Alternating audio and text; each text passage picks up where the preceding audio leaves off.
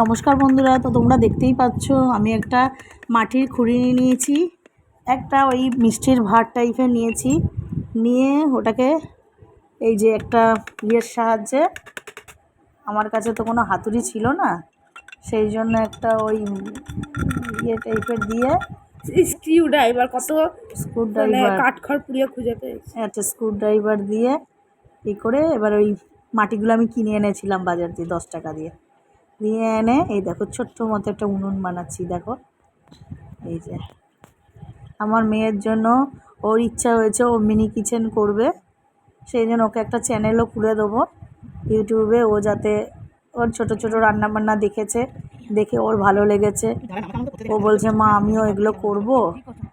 ঠিক আছে, উনুন তো আমি খুব একটা ভালো বানাতে পারি না, তো দেখো চেষ্টা করেছি, যতটা পেরেছি চেষ্টা করেছি, বানাচ্ছি, তোমরা দেখতে থাকো কীভাবে বানাচ্ছি।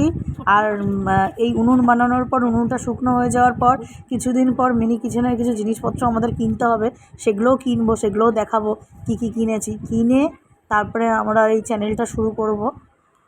তো তোমরা যখন আমি মিনি কিচেনটা চালু করব তখন তোমরা একটু পাশে থেকো, তোমাদের আশীর্বাদ আমাদের সঙ্গে যেন থাকে, আমার এই ছোট্ট মেয়েটা যেন দাঁড়াতে পারে, অনেক আশা নিয়ে করছে, ছোট ছোট জিনিসপত্র কিনবে, মাথা খারাপ করে দিচ্ছে আমার যে সবাই করছে আমিও করব, তো ওর পাশে তোমরা থেকো।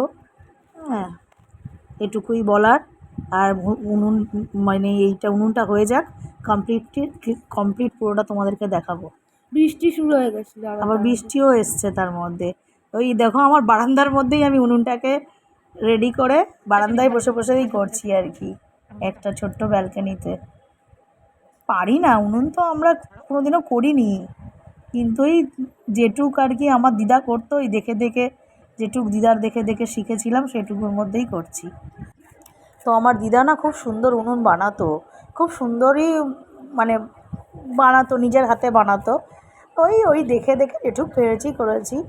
আগেও আমরা ছোটোবেলায় উনুন খেলনা বাটি বানিয়ে তো করতাম, মাটির শিলনোড়া বানাতাম, ছোটো থেকেই টুকটাক একটু পারতাম, তারপর দিদাকেও দেখতাম, দিদা উনুন বানায়, খুব সুন্দর করে বানায়, দিদার দেখে দেখে শিখে যেটুক পেরেছি করেছি, তোমাদের সঙ্গে শেয়ার করলাম যেটুক করলাম।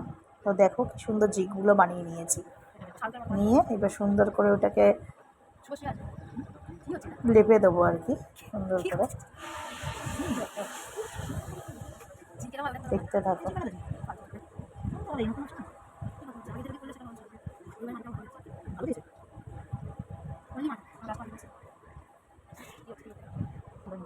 ব্যাস পুরো কমপ্লিট হয়ে গেছে, এবার জল দিয়ে ওটা ভালো করে করে দিয়েছি। কিন্তু হ্যাঁ, আরেকটা কথা, সেটা হচ্ছে যখনই ফেটে যাবে শুকনো হওয়ার পর, তখন একবার করে তোমরা জল ওর মধ্যে দেবে। এই দেখো কত সুন্দর হয়েছে, খুব বড় না, খুব ছোটো না, খুব সুন্দর হয়েছে। এইটা আমি যে একটা কড়া কিনেছি না, সেই কড়াটার পুরো এটার মাপে। এই দেখো আমাদের বাড়ির সামনে একটা পাঁচিল আছে, ওই রোদের মধ্যে একটু রোদ এসেছিলো, ওই রোদের মধ্যেই দিয়েছিলাম, সারাক্ষণ তো বৃষ্টি হচ্ছিলো, এই দেখো রোদে পুরোটা শুকিয়েও গেছে। দেখ, তো ঠিক আছে, দেখে নাও শুকনো হয়ে গেছে। তো টাটা, আজকের এই অবধি, আবার পরের ভিডিও নিয়ে চলে আসবো।